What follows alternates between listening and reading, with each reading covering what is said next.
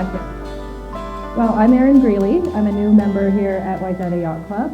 My first summer was last year, and it was a great introduction. I am from Canada, so I grew up on Lake of the Woods, and I've done many LOWISAs, and so that's why I feel comfortable and quite honored to talk tonight for an hour about this topic. I'd also like to introduce Tom Brown. Yep. Some of you will recognize me. So. Yeah, Tom is not a new member. Yeah, some of you recognize me, so I've got a boat here. So I'll talk a little bit later when I'm restoring some 8mm movie film, and we're going to show that a little bit later. Well, turn it back over to Dan. Thanks. Well, I also want to introduce Neil Flood, who is here tonight. He is one of the LOWISA 60 Commodores this year. So Neil is a longtime LOWISA participant. Him and his family have been there for generations, and they are sharing the role of Commodore as a family, a team effort this year for LOWISA 60. So thank you for being here. He does live locally, so hopefully we'll get you out to the club for some races as well, and see a little more of you. I remember growing up on LOWISA. I mean, we go back quite a ways. So no, we don't. But it's great to see you, and thank you for being here to represent the Commodore.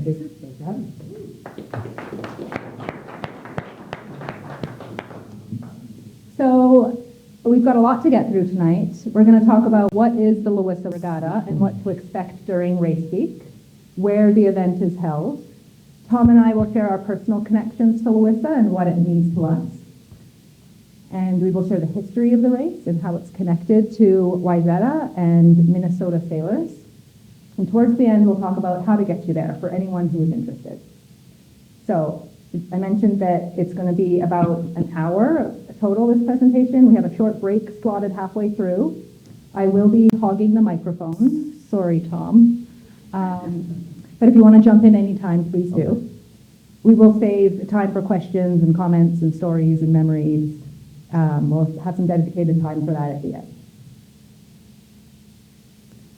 So what is LOWISA? Well, it's an acronym. Barb, where are you? Okay. It stands for Lake of the Woods International Sailing Association. It is a 7-day sailing regatta that's held on Lake of the Woods. It's a huge freshwater lake on the border between Canada and the U.S. In fact, the border cuts right through it. It's a point-to-point sailing race, so instead of going around the buoys, we race around islands. And there are thousands of them. The regatta started in 1966, so this year we're celebrating LOWISA 60. And what I want to share right from the beginning is that LOWISA's vision and its founders were from right here in Wayzata. So they had a vision to explore the vast northern waters of Minnesota and beyond to Canada and create opportunities for recreation and tourism in a pristine wilderness experience. The race organizers and the Commodores over the years have done an amazing job to preserve the original vision of the regatta, and although it has changed a lot, there are still things that have stayed the same. Hopefully you'll get a full scope of this event because I've included vintage photos and more current photos to try to celebrate the history. So in its heyday, which was the 70s and early 80s, LOWISA had 100 or more boats on a regular basis. So year after year, there was around 100 boats for about 15 years. The most recorded was 199 in 1975. Yeah, can you imagine? A lot of boats. These days, the fleet is usually around 50 boats, so we still have quite a strong presence on the lake. The majority of the boats are local to Lake of the Woods, with owners mostly from Manitoba or Ontario, but participants come from all over Canada and the U.S. and beyond. There are 3 options for joining the LOWISA fleet. There's the traditional start, which is the usual excitement on the start line where you're racing against boats with similar ratings. Then there's the pursuit division where you are given a start time based on your rating, and it's a rolling start through the start line, so you're not, there isn't as much pressure. And then there's the cruisers, which are not racing and can go at their own pace. They can choose when to leave the anchorage, whether to put up the sails or not, turn on the engine or not, detour on the way to the anchorage. There's a lot of flexibility for the cruisers. Each day has a different course, and see what I mean about the islands. Over the week, participants may log 150 miles or more, depending on the layover day location and how far down the lake we go. The courses are designed to start around 10 a.m. and finish by mid-afternoon. So you can see on this one, the start is here and the finish is here and the anchorage is here. So in this case, it's just a short distance to the anchorage. After racing, there may be a little distance to motor to the anchorage, so you can catch a break whenever you can get it. Most of us are jumping in the water at the first opportunity, or just goofing off as we make our way over to the anchorage. The anchorages are usually in a sheltered bay or inlet, so the boats are protected from the prevailing winds overnight. Most boats will raft together so you can hang with your friends, or if the water's deep enough, you can nose into shore and throw an anchor out the stern so that people can get off the boat and explore the land. Now, most of these islands, the ones that are not privately owned, are accessible to the public for camping, hiking, exploring. They're called crown land, so they are considered public land. I can imagine how busy the anchorages would have been in the 70s and 80s. So many boats to accommodate, because it's not just the sailboats, it's all the support boats as well. The further we go down the lake, the less populated it becomes, so really it does feel like a remote wilderness experience. And good thing we know how to make our own fun. Besides all the parties, there's plenty of time at the anchorages to explore natural beauty, have a chit-chat with the neighbors, or just take some time for yourselves. So the fleet travels in a pack from one end of the lake to the other and back again, staying at these anchorages overnight. Most people are living aboard. They're not returning to town and sleeping in a hotel. It's a combination of camping and sailing. It's very close quarters and close to nature in a rugged landscape, so you do have to be prepared for that. Many of the local boats are set up for cruising on Lake of the Woods, and they are really comfortable. They would have a galley and a head, even hanging fruit like this one. And I love the brass portholes. We're cooking, we're cleaning, we're eating, we're sleeping on board, we're storing food, beverages, ice and water for the week.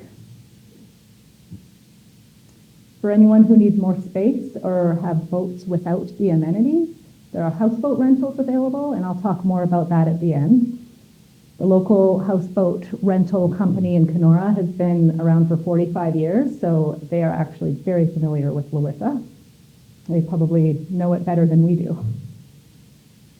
The houseboats can sleep anywhere from 8 to 12 and could be a good home base for several smaller boats. These are older photos from about 20 years ago, so they are a little more updated now. Midweek, there's a 2-night stay at a lodge or a resort for our layover. This photo's from Crow Rock Lodge last year. So the layover it's over 2 days, and you can rent rooms or cabins. At the lodge, there are hot showers, meals available, ice and water refills, the pump-out barge arrives, garbage and recycling is collected. There's always some kind of entertainment like a band and dancing one night and karaoke and talent show the next. It's a fun and friendly atmosphere. There's something for everyone, kind of like summer camp for adults. And it's nice to have a change of scene to stretch our legs. For those who want another chance to race, there are the layover day races. And these are the windward, leeward, racing around the buoys kind of race, which a lot of sailors here at the yacht club are quite familiar with. I think you all would do very well in these races. The layover day races are when the fierce competitors come out. Skippers might offload some gear and beer ballast. They might cherry pick their crew. Maybe they'll even take the barbecue off the back rail to get an edge. There's a PRO and a race committee that oversees the racing all week. There's a support boat we call the repack boat that will follow along with the fleet and be available if anyone gets into trouble. And there are scheduled activities every day of the week, usually taking place at the anchorages. So, for example, the star rafts are a fun, social kind of way to kick off the week. It makes for a little floating party playground in the center of the star.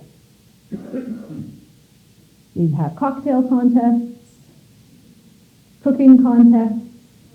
John. Does anybody remember the John Jurdy, I know. Does anyone remember the Betty Crocker Golden Galley cooking competition? Yep. Well, that was started by John Jurdy, and I wanted to take a quick moment to introduce John, since I do talk about him a lot. He is a LOWISA legend, having been on probably 40 or even 50 LOWISAs. And he was from Minnesota.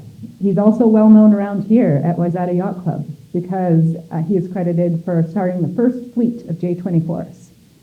So he and Rolf bought a boat off the production line, the 7th boat off the production line, and then they convinced 5 of their friends to also buy boats off the production line so they'd have someone to race with. And that was the first fleet. And now the J24 class has become the biggest one-design fleet racing fleet in the world. And it was John that had the foresight and the enthusiasm to get it started right here. And I couldn't find a picture, but when I was a kid, it was John Jurdy that would run the kids' activities. He'd dress up like a pirate and go around in a Zodiac and pick up all the kids for a treasure hunt. So it kind of leads back to our conversation about the activities that happen at the anchorages. So although John is no longer doing it, the kids do get picked up and whisked away for their kids' activities and adventures. And there is a lot of family fun at the anchorages. I remember creative things like pizzas being delivered by float plane. I know, seems extravagant, but there's a lot of float planes on Lake of the Woods. There was also a year where there were movies projected onto a sail at night, which is kind of cool. There's often a bonfire and beer night from one of the beer sponsors. We try and find somewhere flat that can hold a crowd. And some spots are better than others. So this would be the famous Mount Gay rum party. Now, it doesn't look too flat, but we would make it work. The shore parties are great to visit with old friends and meet new ones. The dinghies and support boats will make sure everybody gets back and forth from their boats to the land. As I was looking through these photos, I started to recognize the same views, and you can measure the years going by with how the trees are growing up. And certain places that we keep coming back to with that perfect flat rock to hold a crowd, like this one on 22-foot Bay. So it's the same place, the same party, many of the same people, and you can just tell them apart year after year because they're wearing different costumes. So as you can see, we have a strong sense of fun and tradition at LOWISA. Even with all this partying to be had, the LOWISA organizers are very dedicated to sustainability and environmental stewardship. We are all encouraged as participants to practice leave no trace principles. So we clean up after ourselves and leave the land and the lake better than we found it.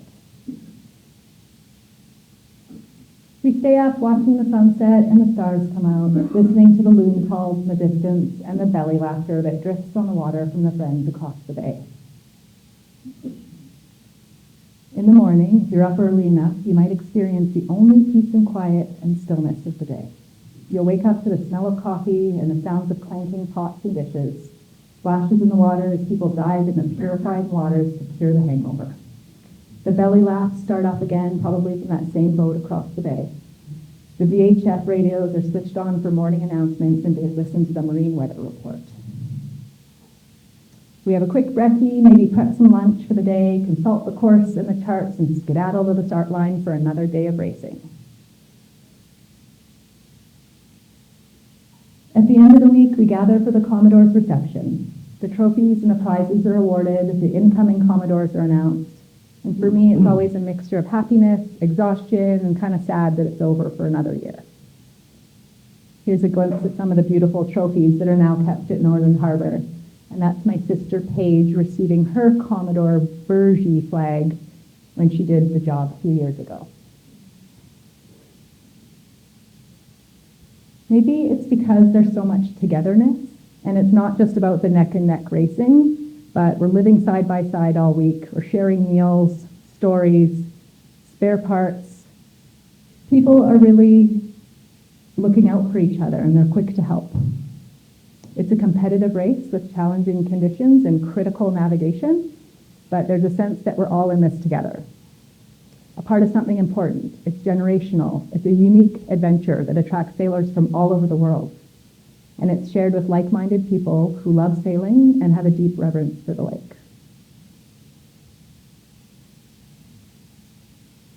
So we get to move on to talking about the location of LOWISA, which is Lake of the Woods, my happy place. I grew up there, living on an island for part of the year in a cottage that my great-great-grandfather built.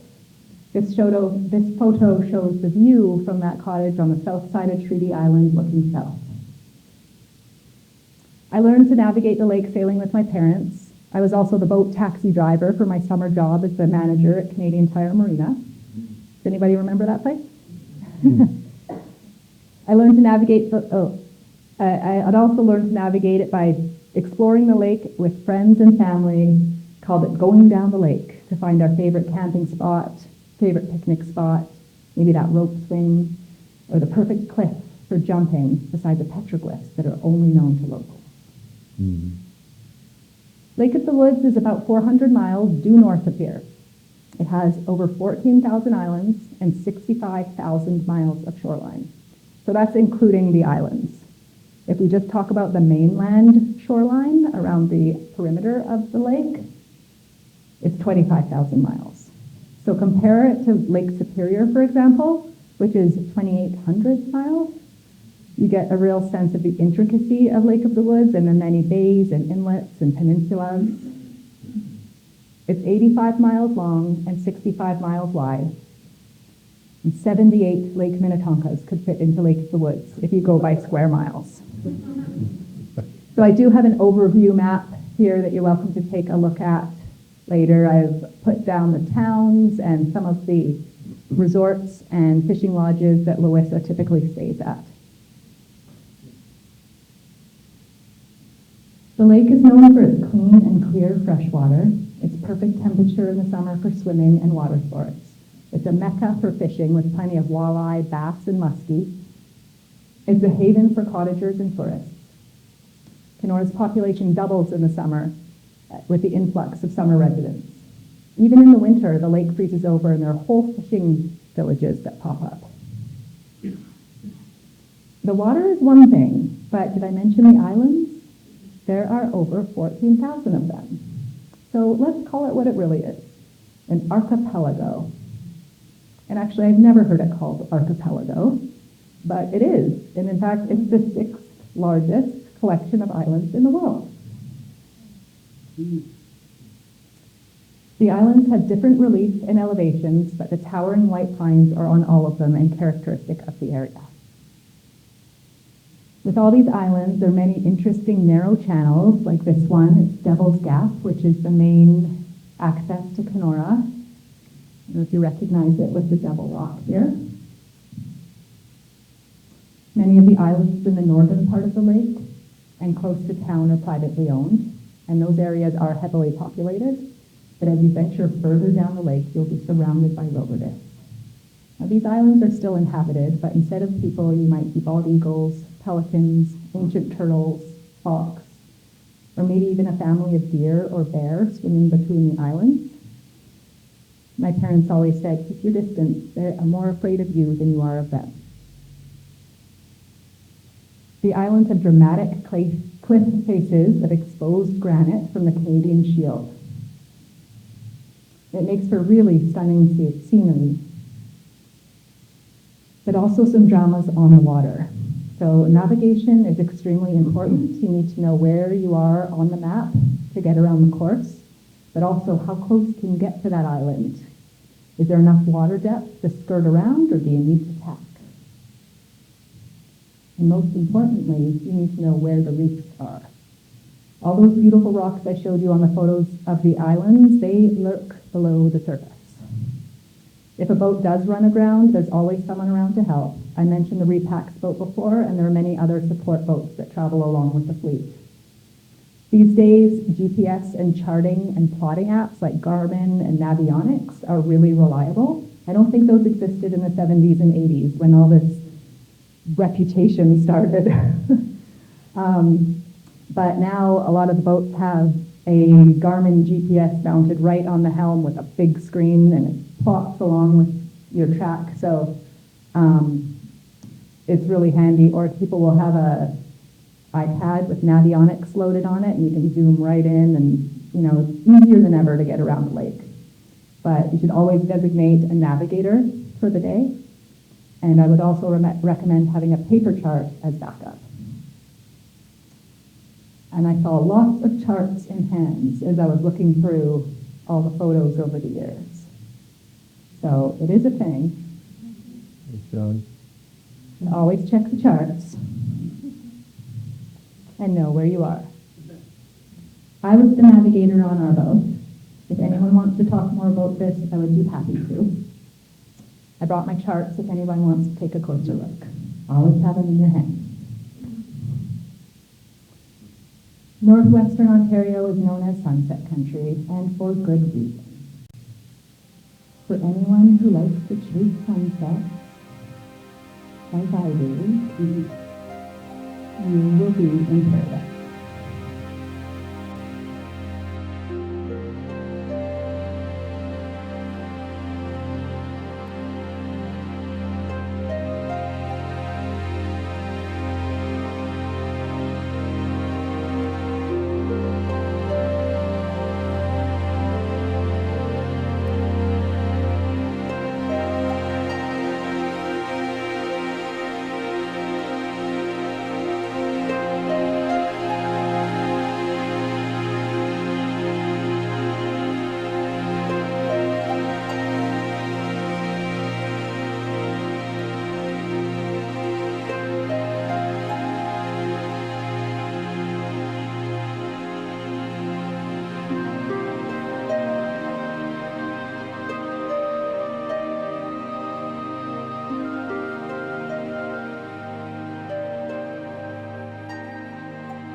So I'm proud to say that my family was on LOWISA 1 60 years ago, and my children are fourth generation LOWISA sailors.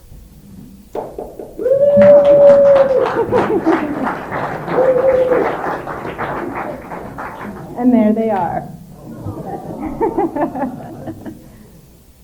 My mom was a young girl when she did her first LOWISA with her mom and dad on a sailboat called Sea Fever. And my mom is here tonight, and I want to introduce her.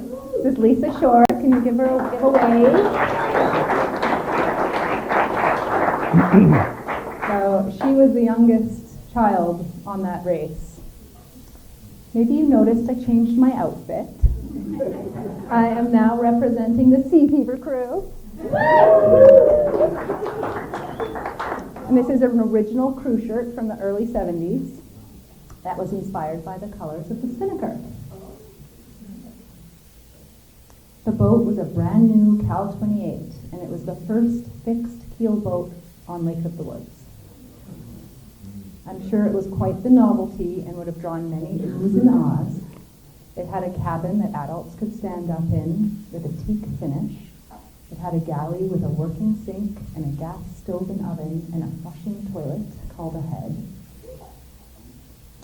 It could sleep 6 comfortably, so 2 in the V berth in the bow of the boat, 2 in the quarter cabins in the aft, and the settee folded down for 2 more sleeping berths as well. Meanwhile, on my dad's side of the family, the Nuttalls, Uncle Rod, shown here sailing in a Blue Nose, was first on LOWISA in 1970, so that would have been LOWISA 4, and he was 18 years old. Uncle Rod was the one that got the rest of the Nuttall side of the family involved. My grandparents, Fred and Glenna, and my dad, Bob. So my dad was there with his friends and family. My mom was there with her friends and her siblings, still sailing on the Sea Fever. And you'll never guess where they met. On LOWISA. So if it wasn't for that race, I wouldn't be here. My parents were both very good friends with John Jurdy. Now, he passed away a couple of years ago, and there was a memorial here at Wayzata Yacht Club, and that was actually my first introduction to the club. I got to look through these photo albums that were full of photos of my parents and John from the 80s. So there's Sea Fever on the right. More pictures of parties and different antics. There we are as kids on the right-hand side, all dressed up to go to the Commodore's reception.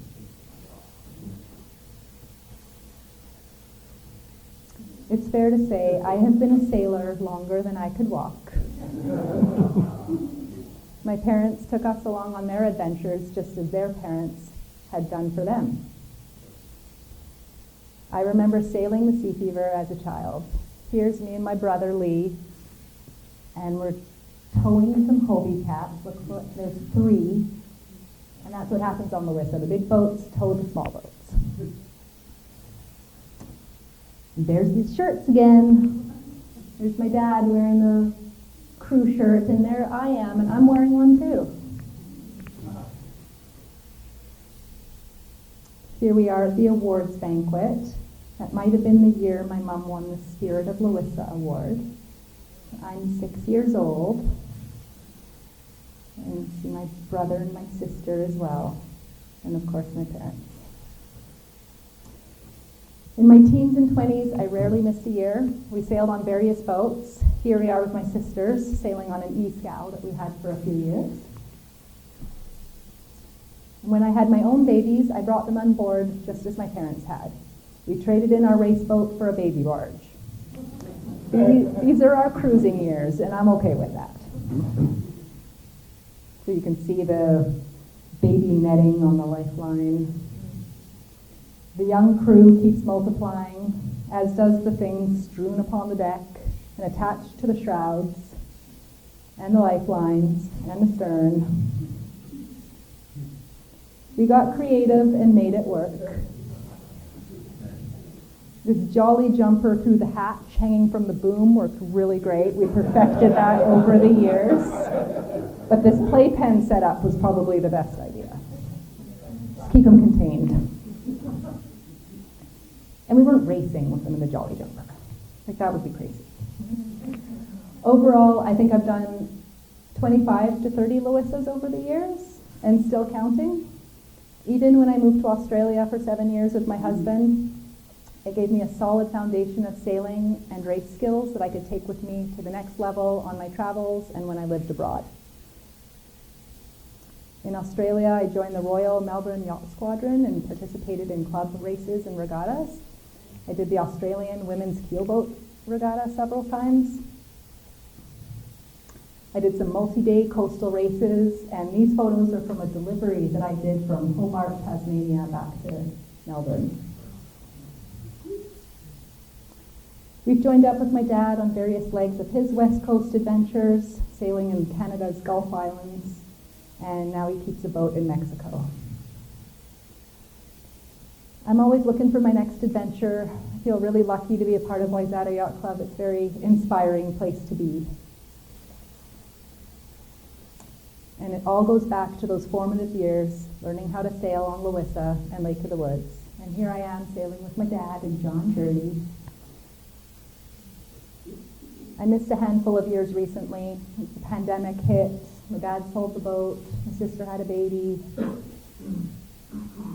But since moving back to Minnesota in 2024, I knew I had to get back there. My sister Paige was the LOWISA Commodore that year, and I could not miss it. I bought a boat in a hurry. She's a 1972 CNC 25, and has been on the lake longer than I have. My kids are learning to sail with me, and more formally, thanks to the Wayzata Sailing School. Now that I have my crew, maybe we'll be ready to race. Now I'd like to invite Tom to share your story.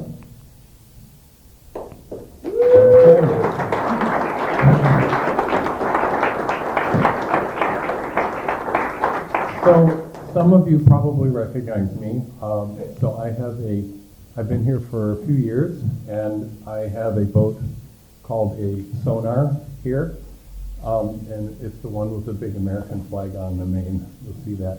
I do want to mention that we're filming all of this, and this will go out.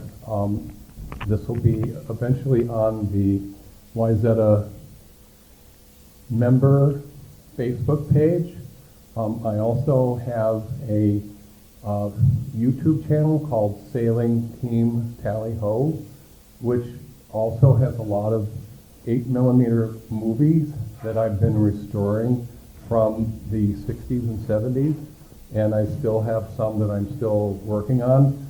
It's actually a fair amount of work to restore them. Anyway, let's move to the next slide.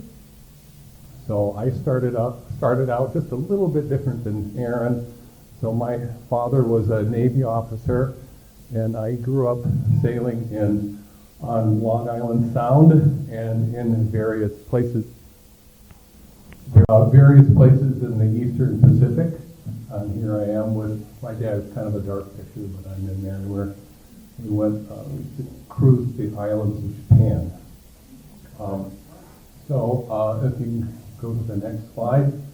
But then my dad retired from the Navy and moved to northern Minnesota and quickly got the itch to buy a boat. So one of his co-workers was also one of the founding skippers of LOWISA 1. So we bought a venerable Balboa 20 with a swing keel and a crank it up, which proved really useful. We went up to LOWISA, and that's how we started. My first LOWISA was in 1972. So Aaron's mom, you would have been what? About what age then? You're not going to say. I was probably 13 or 14. So, okay, you're not going to say. All right.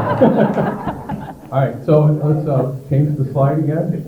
So one thing I want to say about LOWISA is that I've had a chance to sail really all over the world. And last year in Dubai, which was interesting. And you know, there really is nothing like LOWISA. You know, a lot of these regattas, you know, you go for 2 or 3 days and it's racing, and then everyone stays in hotels, big fancy hotels and stuff like that. And this is different than that. And this lasts for the whole week. And you can go to the next slide. You are literally traveling the same island that the voyagers did. And there are places that you can come across where you can see the old petroglyphs. There's also an 18th century fort that's been restored that you can go across. And literally you're right where the fur trappers would go through. And it really hasn't changed much. Most of the lake really, I mean, there's houses on some of them, but a lot of them don't have them. So let's go to the next slide. So the way that we did LOWISA was we started from Warroad down at the south end of the lake. And if you look at a map of the United States, there's that little bump at the top. And that little bump is this bump right here. So this part of the lake is in the United States, and you cross over into Canada right about there. So we would start in Warroad and go all the way up. Take about 3 days to head up to Kenora, 3-4 days, depending on how lost we got. And then sailed with LOWISA for a week, and then sailed back to Warroad. So the next slide. Here we are leaving the Warroad River lots of times. So the first 2 I think I did with my parents, and then my brother and I were teenagers. And this is my brother and I and another kid from Warroad. We'd go all the way up. The voyage was almost 400 miles, and we had no GPS, no radio, nothing, just a chart, no Lots of cans of tuna fish, bread, Pop-Tarts, tons of Pop-Tarts. And what else? Instant oatmeal. My brother and I. So we would go anywhere. Can you go back a slide? Sure. So we would go anywhere we wanted to. And we would take days and just go explore all these places. And you could spend the whole summer and not see the same place twice. So that's, well, just another example. So we got lost a few times, but we figured it out after a while.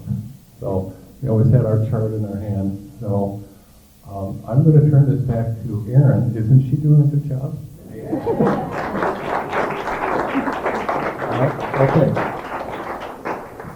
Thank you, Tom.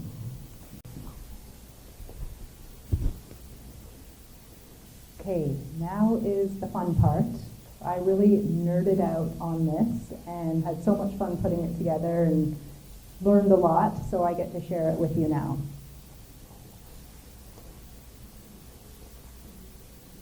And if this works, it's going to be one of Tom's beautiful archival restored vintage films that I'll just play in the background as I set the scene.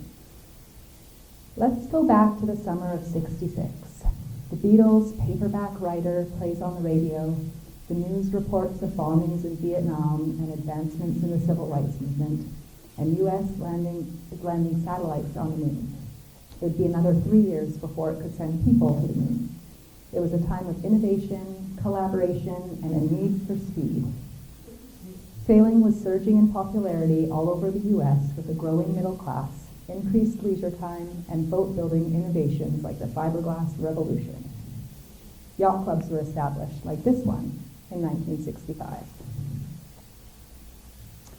Two people in particular are credited with founding LOWISA, and they are Henry McKnight, who was a state senator and lived in Wayzata, and his administrative assistant, Clyde Ryberg, from Chaska. They were both on the board of the Quetico Superior Foundation, which is an organization that is still around. I think it's about 80 years old, and its mission is to protect the natural beauty of the Boundary Waters. Now, Lake of the Woods is not officially a part of the Boundary Waters, but it is considered the repository or the collection of the water at the end of the Rainy River watershed. So and the headwaters is the Boundary Waters. So it is all connected.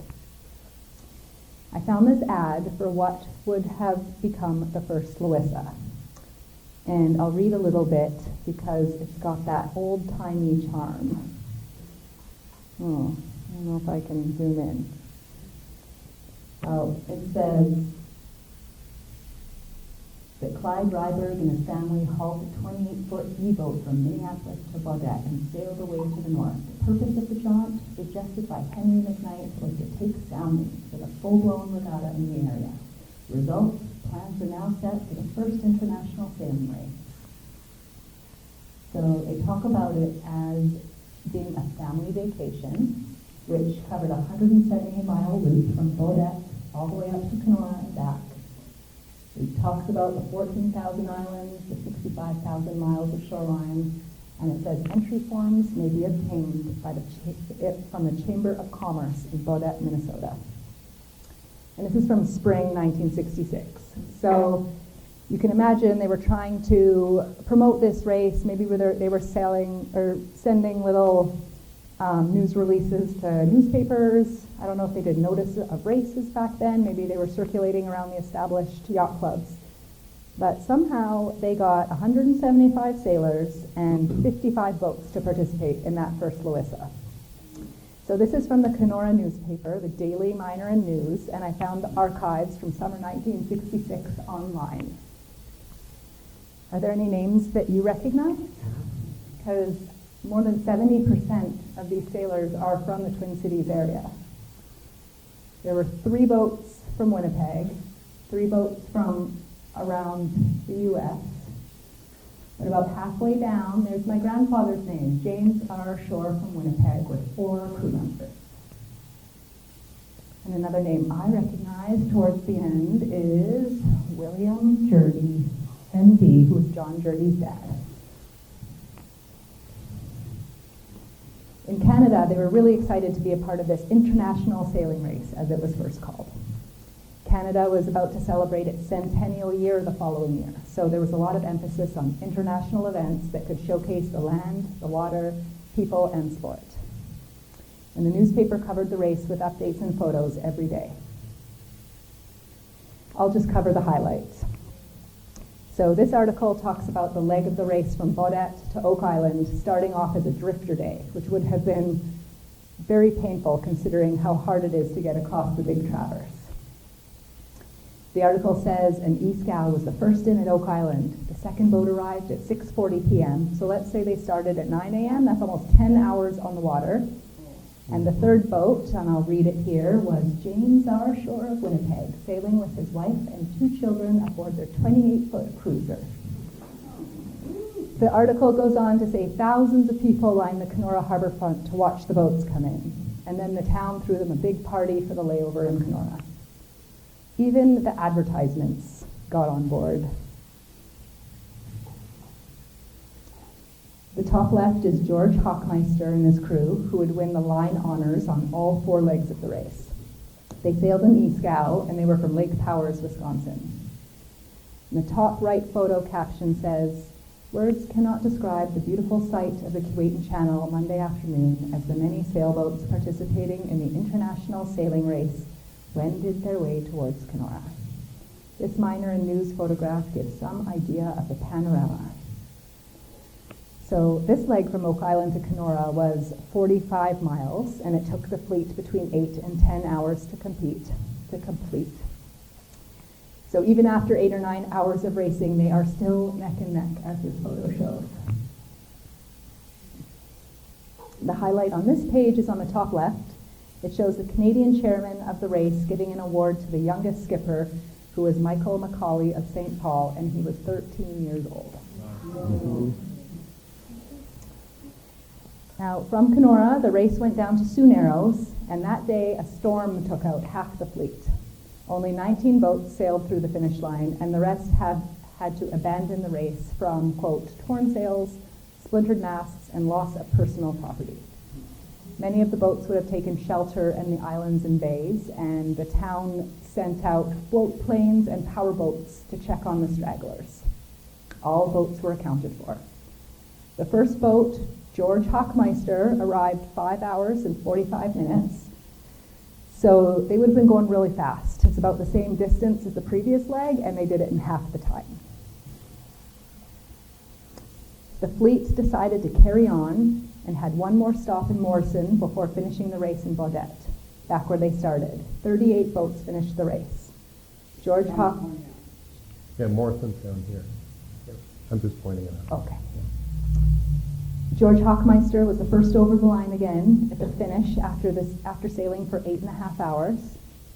But guess who won the first LOWISA in overall corrected time?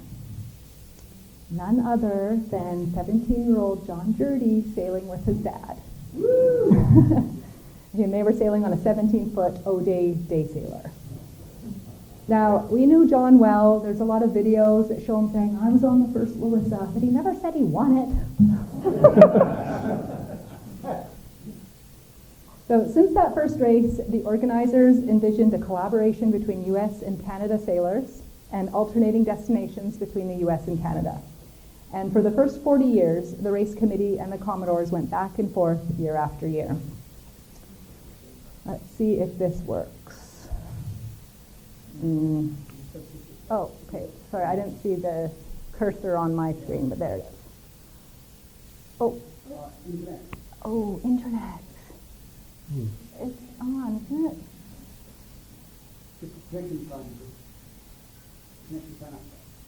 It's happening. Is it happening?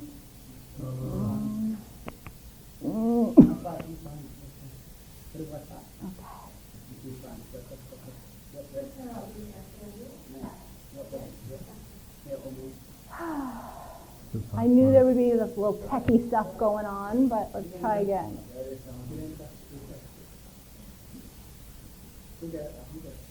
There we go. Did it. Thanks for the coaching. Okay, and I can't see this on my screen, so I'm going to turn. Okay, so this took us to the LOWISA website, and this past event tabs lists all of the past events, so you can scroll through and look at photos and look at race results and see what kind of boats are actually winning this thing. They have done a great job in capturing the previous events. And here are some really cool films to check out by Kim Ovitz, who is John Jurdy's daughter. Sorry, what I'm looking for is at the bottom, so I'm just going to keep going. Here are all of Tom's wonderful archival footage from his sailing team Tally-Ho, which you should all check out because he does an amazing job.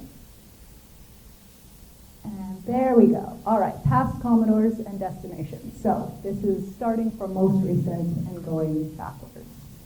There's my sister Paige up at the top. Lots of old friends have taken on this role over the years. In the past 20 years, it's been mostly Canadian Commodores, but we're looking to change that. Oh, there's me, LOWISA 43 in 2008. And there's Tom, Yep. 2 years earlier. So Tom, we would have crossed paths. I thought you looked familiar.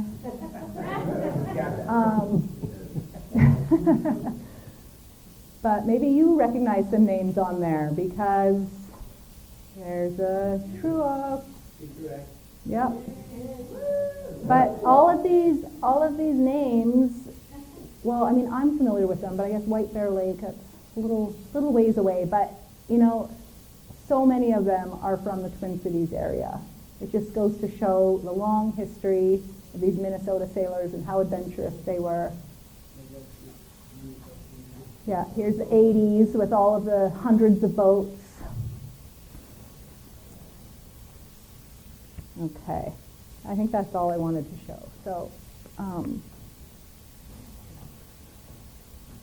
oh, actually, you know what? While I'm here, I'm going to go to, how do I get back to the home page? I want to show you this awesome video that they use for promotions. And then I think that brings us to almost the end, and then we talk about how to get you there next. So, you will be inspired by this video.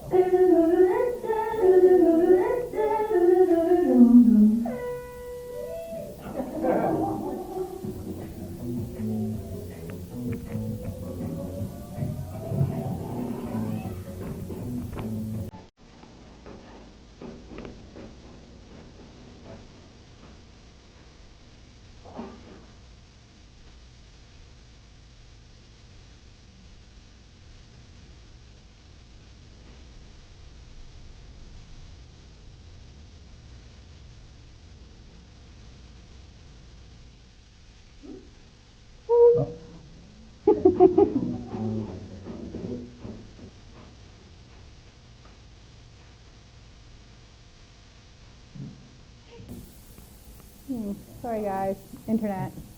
Buffering. Yeah. Yeah. Well, maybe we won't get there. Yeah. There it goes.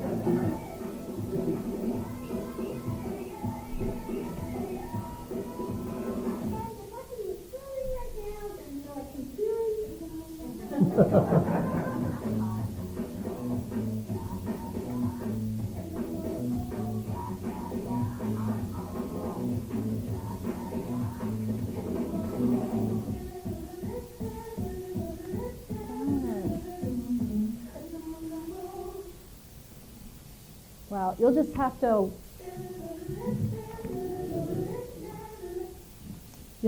watch it for yourselves with all the buffering, but it does give a really great picture of what to expect. All right, let me get out of this now.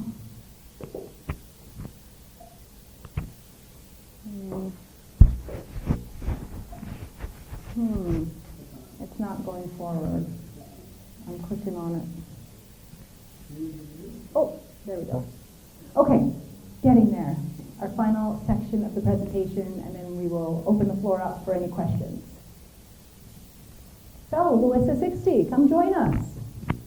This year, it's the first week of August, like it usually is. It's August 1st to the 8th, 2026, and the Commodores have announced the layover day, which is at Wiley Point Lodge this year. Registration happens in the spring at lowisa.org. So we're going to talk about how to find a ride or book a berth, how do you get up there, what a budget might look like, and we've got a QR code that you can scan to fill out a form and register your interest. So here are some suggestions on how to get yourselves there. So the first one would be to bring your own boat with a crew, something that has a live aboard situation, so bunks, camping stove, porta potty is basically the basics that you need. The second option would be bring your own boat with a crew, and if you don't have berths or the amenities, you could book a houseboat. The third option would be to find a boat that's already up there or that's already going that's looking for a crew, and they might be able to host you on board for the week. And Tom mentioned rail meets, which could be a great crew matching resource for us. So we're going to look into that more, but I think it's going to be a great way to match crew and skippers. And then the fourth option, which would be to book a bunk on the Commodore's houseboat. And they've mentioned that they have rented a houseboat. They've got 2 houseboats, Neil says. One boat, one teacher. We've got people will teach that. Okay. And they wanted to offer first dibs for anyone here or anyone who's listening to this presentation to go book a bunk on the Commodore's houseboat. And then we will do everything we can to match you with a boat that needs more crew so that you'll have a ride for the week. But I think it would be nice going up there to know where you're going to be sleeping. So if anyone's interested in that, definitely come and chat with us. Getting there, well, it's approximately 430 miles. I know the Google Map says 7.5 hours, but it's more like 9 hours when you factor in bathroom breaks and gas and lunch and crossing the border. You cross the border at International Falls. So if you are trailering, you might want to consider staying overnight, maybe International Falls or across the border in Fort Francis, so that you can be sure to arrive during daylight hours, during business hours. Northern Harbor is kind of the HQ for LOWISA, and that's located on Lake of the Woods, and Northern Harbor has been a long-time sponsor of LOWISA, and they will do your lunch and your takeout for free, and you can keep your trailer at Northern Harbor. So, yeah, unless you want to leave at 5 in the morning, which I've done, and it gets you there kind of mid-afternoon, but that's like a straight shoot, and they're not trailering, and so... That's up here. Yeah, you're going to the northern part of the lake, so it does add another 150 miles. If you look at this map, it actually doesn't even have a lake at all. Well, it does, you just can't see it because it's green. Oh, yeah. Hey, so this, it's up here. This is better to look at. Yeah. So our recommendation is stay overnight if you can, and then you can arrive in Kenora during business hours and provision there.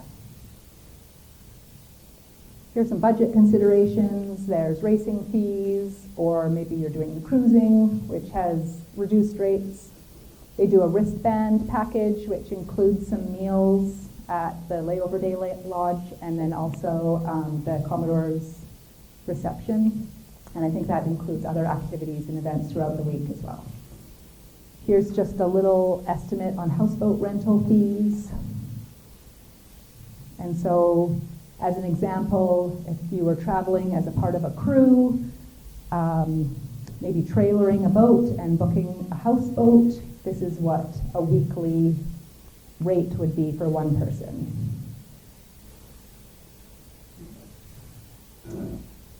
And here we have the QR code. We have it kind of sprinkled around the room, so when this goes away, you can go find it and scan it in, and it takes you to a Google form where you can just tell us how you might like to participate in LOWISA.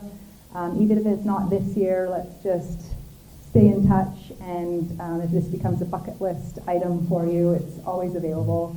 And we would be very happy to talk more through it and get some new faces up there. So I think that brings us to the end of the presentation.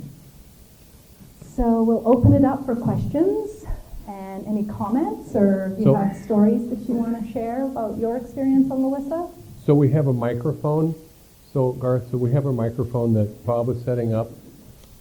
And Well, that's the microphone for the recording. well, that's, yeah. Or you can use this, or you could just use that.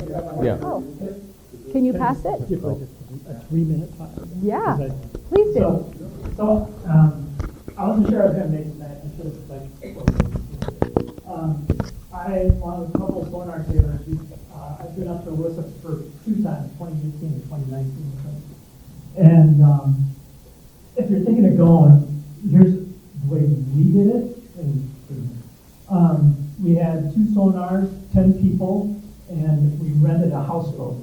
So, since sonars don't have the accommodation, we had 4 people racing on each boat each day, 2 people, we rotated around, 2 people took care of the houseboat. They delivered the houseboat to the anchorage, and then tied off the houseboat to the shore, and the stern of the houseboat was our pier for the sonars. And we just pulled those in, and it worked really well. Fabulous. One, I was gonna double underline, you gotta have somebody designated navigator, and they're on every 5 minutes or more frequently. Where are you and where are the rocks?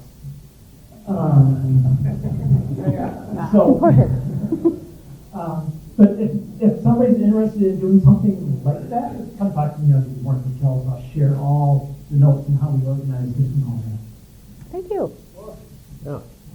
Grateful. Thank you so much. Yeah, go ahead, Neil.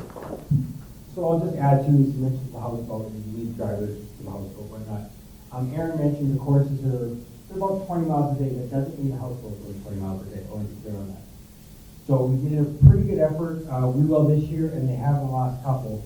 That they try and make the anchorages 10 miles apart, you think, 5 to 10. But the course they go 20, so you'll do a big distance, but it's easy for the houseboats to get to point to point. Easy for the navigation, easier on the fuel bill, and if it's really windy, it's not that difficult during the houseboat. So I just wanted to point that out to you. You don't have to find someone to navigate 20 miles on the lake they've never been on for, 8 hours.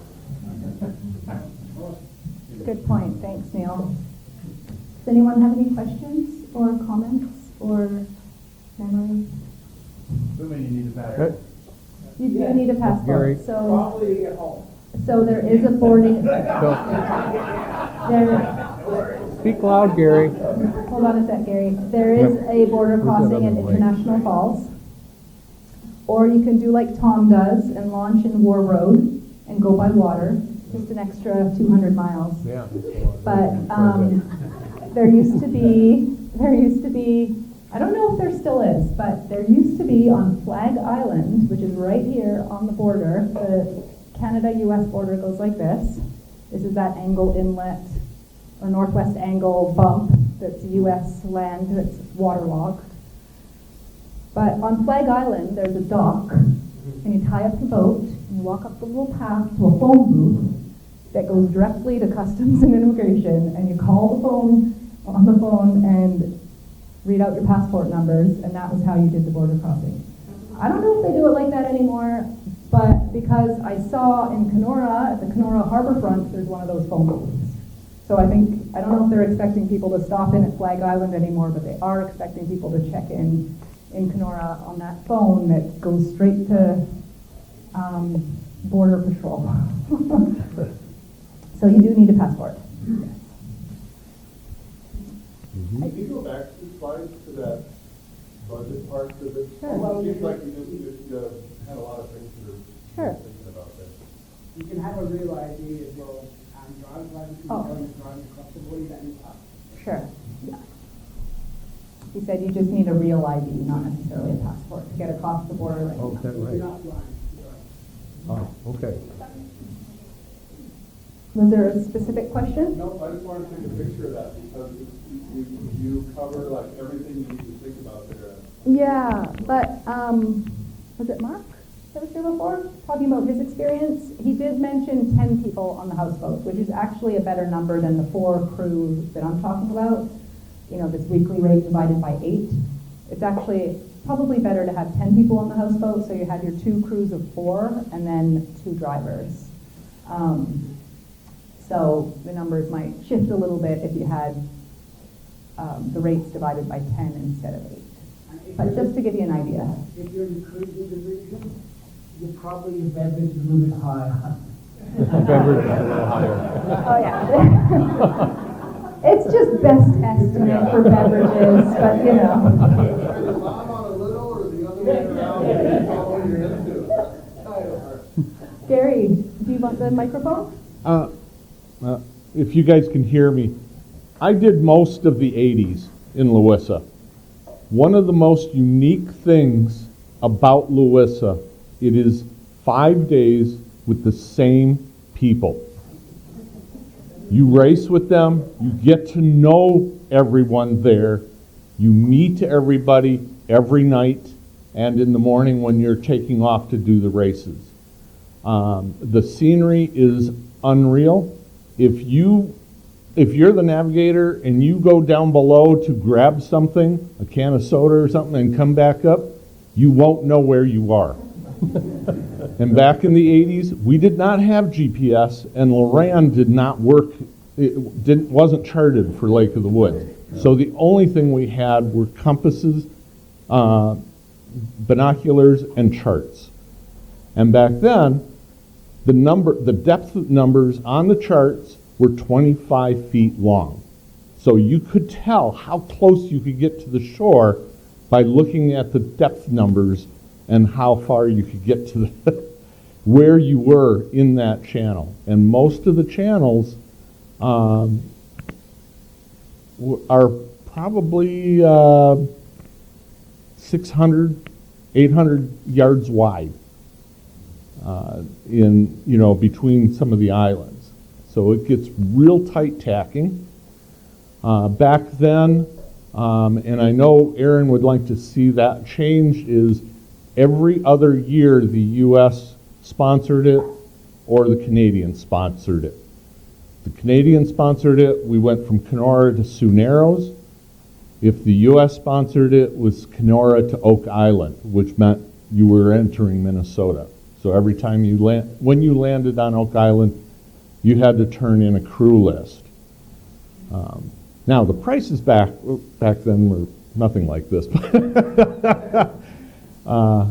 but it's unique in the world because the only towns is Kenora, the lodge at Sioux Narrows, and now there's a couple more towns it sounds like that they go to. And you only see those on the layover day, and that's it. Otherwise, everything else is uninhabited, unmarked islands that all look the same. But it's different now because you have your plotting GPS, so you can see where you are. It's not as hard as it used to be. I'm bringing Gary with me. I was navigator all the time I was up there. I'm the navigator too. Lisa. Are there any other options? I'm okay. Okay. Are there any other options other than driving or boating to get there? Well, you could fly to Winnipeg. Oh, Winnipeg. And then Winnipeg is a 2.5-hour drive east. Got it. Thank you. I'm sorry, Lake of the Woods is 2.5 hours east of Winnipeg if you were to drive. So. Oh yeah, and then a bus from Winnipeg to Kenora. You could, they could fly into Kenora Airport. Yeah, Kenora does have a small airport. That would probably be possible. I never thought of that. Yeah, you're right. Maybe a float plane.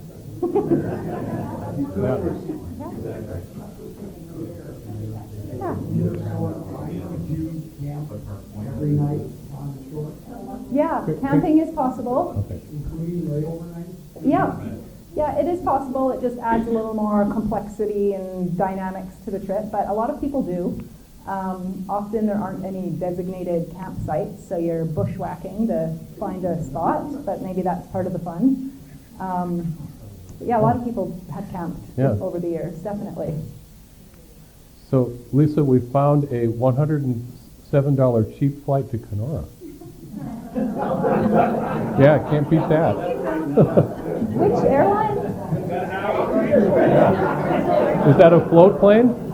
That may- They don't say if it's a float plane or not. Oh, That is a really good deal. It's got skis on it. yeah. Hard landing in the yeah. Yes. Added Uh, plus, and added plus, our daughter was 6 when we started going, and years later, when we stopped racing, she kept racing on different boats, getting different crew jobs, and in the end, she married a man she met at LOWISA, a Canadian, and now she's a Canadian.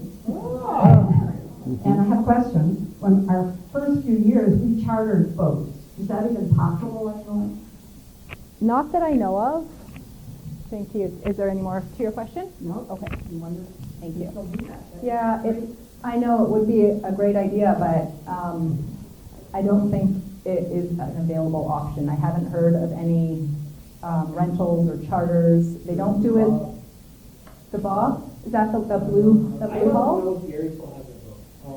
I think Northern Harbor kind of restricted rentals, maybe for whatever reason, but also boat owners would probably hesitate. It's just, you know, you don't want to send people off on Lake of the Woods if they haven't proven that they can navigate or that they know how to sail, or, you know, it's not like ocean racing where you don't have to worry too much about hitting bottom. But as far as I know, there are no charters, but I'm going to check. Jack, did you say it's called Bob?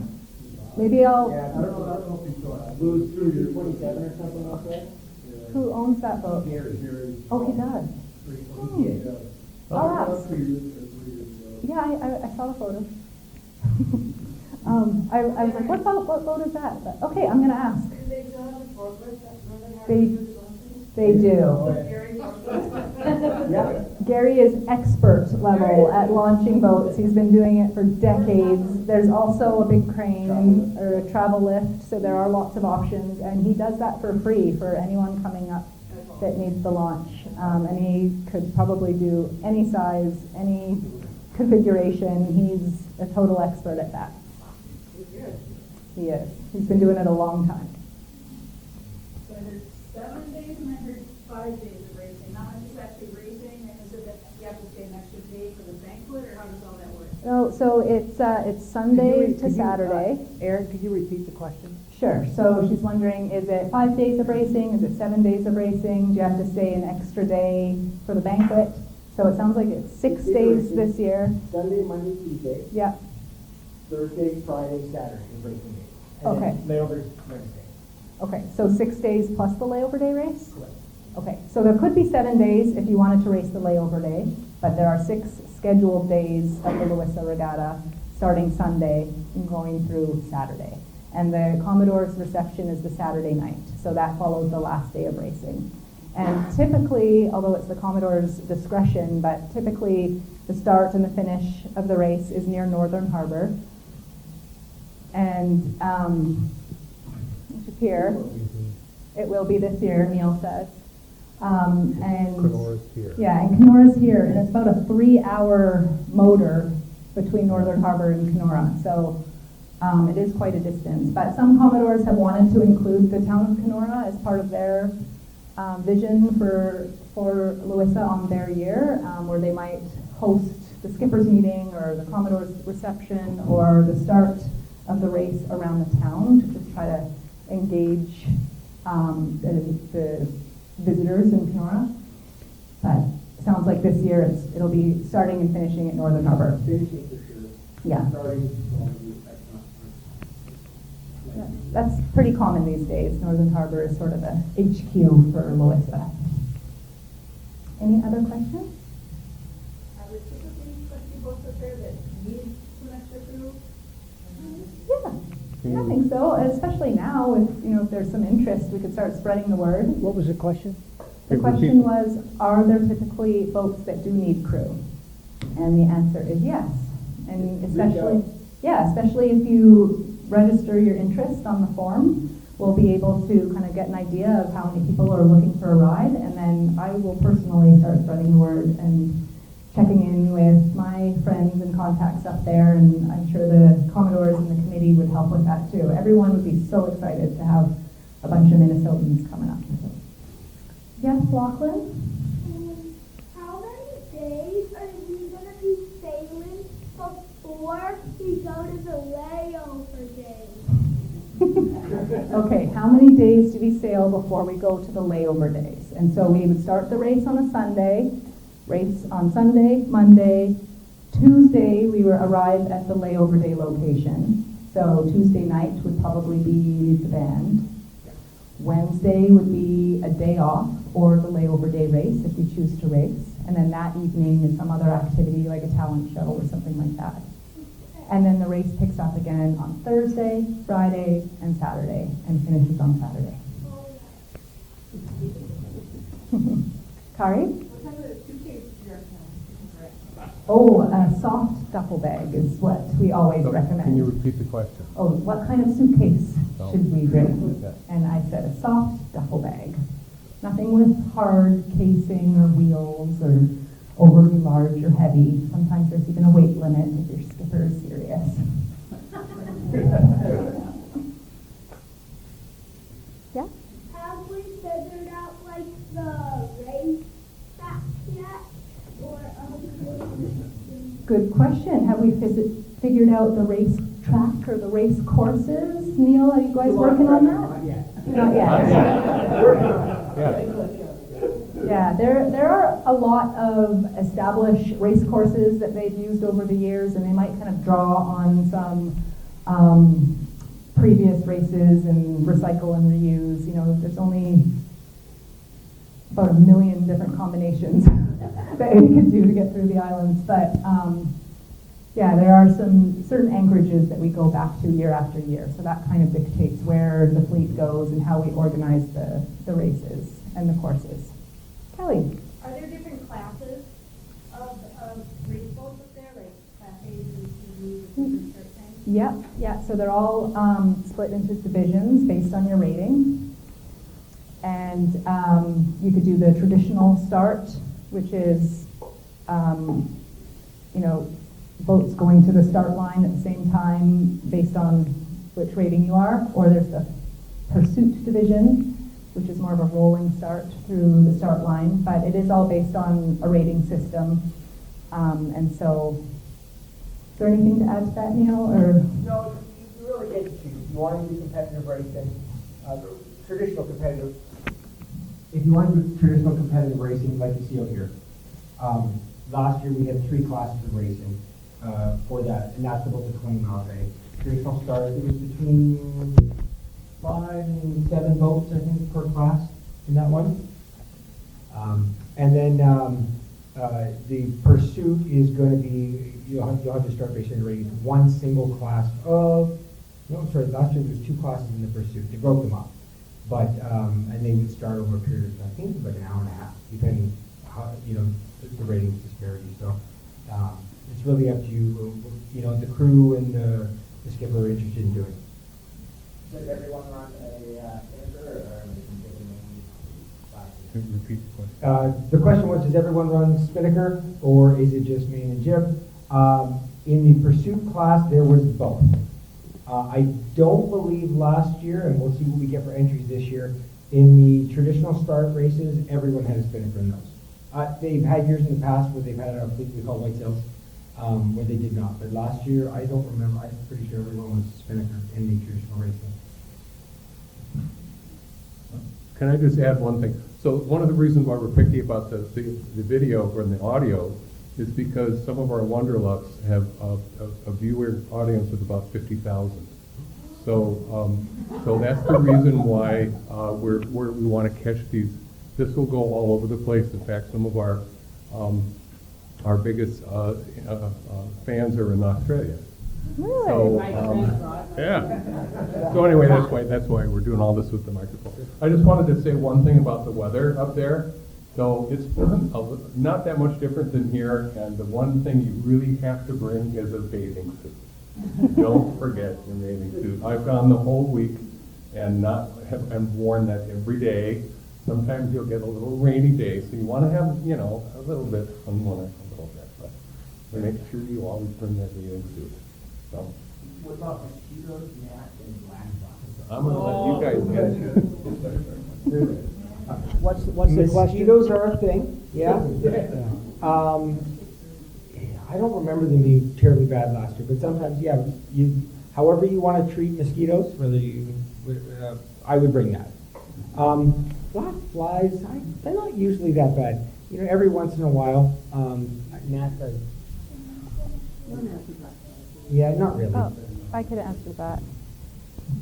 So when the fleet is anchored in the anchorage, you're kind of away from shore a little bit, and with a little breeze, you'd hardly even notice the mosquitoes, I think. I mean, it's kind of a non-issue. Maybe if you were beside a swamp closer into shore or something, but it hasn't seemed to be an issue. I have had black flies circling the ankles, and we have a fly swatter, and like that. It can be that can be kind of annoying, but because you're like in the middle of a huge Manitou stretch, and where are all these flies coming from? But maybe it's because a barbecue is right there, not keeping especially clean. I've never heard of gnats as being a problem, but it's similar to here. I mean, if you're on shore at dusk, you will see mosquitoes, but for the most part, it's a non-issue. Aaron, back in the 80s, we didn't have much. The mosquitoes weren't much of a problem because there's always a breeze up there. Yeah. But that was the first time I ever experienced mayflies, where we woke up and the entire deck. Especially around Oak Island. I had never seen so many mayflies on a boat. We had to watch it before walking. Yeah, I've had, every year we would see those, but I don't remember the last time I saw them in Melissa. Usually earlier. Yeah, usually like. And he's not kidding, like, you look at the deck and you're like, what just happened? And then you don't see them the rest of the summer. Yeah. What Oh. was your absolute favorite boat you ever saw? Ooh. Probably a J24 for me. Yeah, they're great LOWISA boats. I've done it on a lot of different boats. One I've always wanted to do is actually a boat that I got, I used to sail here at Wayzata like 20 years ago. And I got hooked up to the Apostle Islands, and we raced in a Shock 35 for a lot of years. I actually raced with Carlo Mack on it. I always thought that would have been a great boat to race on the West until someone told me they're really not good if they hit rocks. Like they. Which boat is? No, they're particularly bad. Okay. Yeah. A lot of like a CNC 35 or a J35 can hit a rock and you'll be okay. Apparently the Shock would, that might be it. But that was one of the boats I thought, man, you get through that course so fast on that boat. But, yeah, I've done this before that, quite a race around, yeah. But, I mean, some of the sport boats, there was some videos up here, Dave Nelson's boat, what kind of boat is that? Antrim 27. Antrim 27, I mean, he gets through that course in breakneck speed. It's just amazing to watch go by you. So, I love the sport boats, and they're a lot of fun, but it's great to have a houseboat or a larger boat to sleep on that's a little more comfortable. I mean, I've done it on, with Dallas Johnson on a Capri 25. And now, actually, Capri 25 is a great boat for LOWISA. It was a ton of fun. Are there many Hobie cats? There used to be. Last year, I think we had one multi-hull. It used to be just an awesome fleet. There was probably like 20 of them.